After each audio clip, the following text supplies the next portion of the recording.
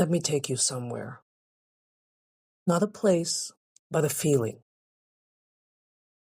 Close your eyes. Unless you're driving, in which case, keep them open because I don't need that on my conscience. But close your eyes in your mind. And I want you to think back, not to some specific date or event, just back. Back to when you believed the world was supposed to get better. Do you remember that? Maybe it was something your parents told you. Maybe it was something you just absorbed. It wasn't a question, it was a fact. Life was supposed to improve, not just for you, but for everybody. Technology would make things easier. Work would get fairer. Each generation would rise a little higher and stand a little taller. That was the promise. Now open your eyes. Look around. Do you see it? The way that promise cracked? The way it collapsed under its own weight? Because right now, we live in a world where billionaires don't just own yachts. They own fleets. Where food isn't scarce, but people are starving anyway. Where there's enough wealth to give every single person on this planet a dignified life. And yet, here you are, still hustling, still grinding, still being told, work harder, be grateful, don't complain. This is just how the world works. But I need you to hear me when I say this. This isn't just how the world works. This is how it was designed to work. Between 2020 and 2022, while the world was locked inside, while millions of people lost their jobs, lost their businesses, lost their homes, while we were trying to figure out how to survive, the richest 1% captured 63% of all new wealth. Let me make that clearer. Imagine there's a giant table, and on that table is $42 trillion. You, me, every worker, every teacher, every nurse, every delivery driver, every single struggling human being. We split 37% of it. That's our share. Not bad, right? The top 1% took the rest, though. They reached across the table and grabbed $26 trillion. They didn't ask. They didn't earn it. They didn't need it. They just took it. And it's not just money they're hoarding. It's power. It's freedom. It's the right to wake up in the morning and not have to stress about whether you can afford to eat or heat your home.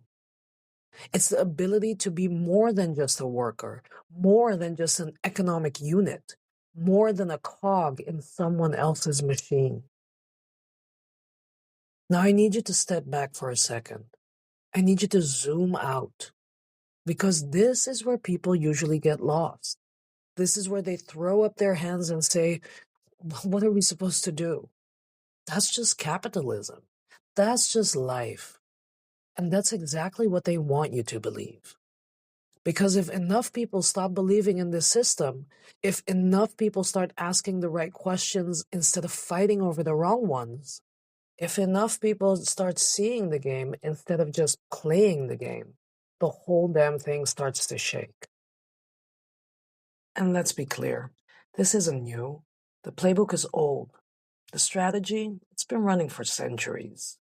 Go back to feudal Europe. The kings, the landlords, the noble elite, they sat in castles while peasants worked the land, paid the taxes, and died in wars that weren't their own. Sound familiar? Fast forward a few centuries, the kings traded their crowns for corporate boardrooms.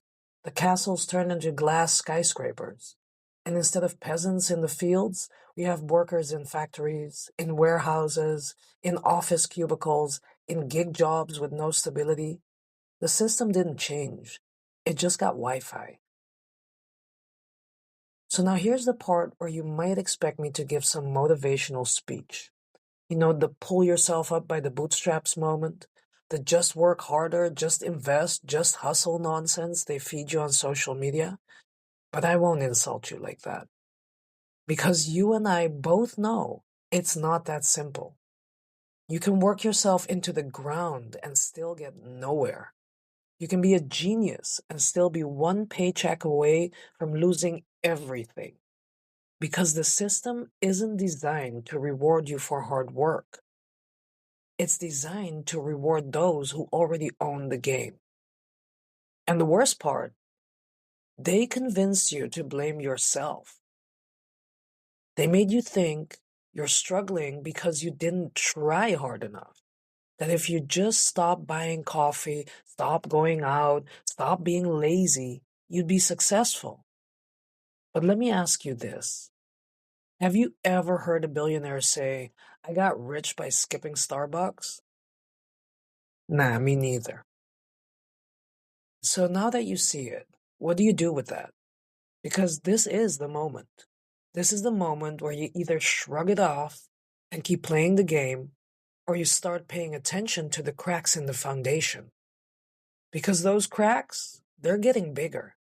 And if enough of us use them and see them, if enough of us push at the same time, this thing doesn't just shake, it breaks. And that's exactly why they don't want you looking at them. So they give you something else to fight about. And that's where we go next. Because if they can't keep you tired, they'll keep you distracted. And in episode 2, we're breaking down exactly how they do it. Are you listening? Good. Because now we'll start to get into the real tricks of the trade. This was the Shift Social podcast. If this shook you, good. Share us with someone who needs to hear it.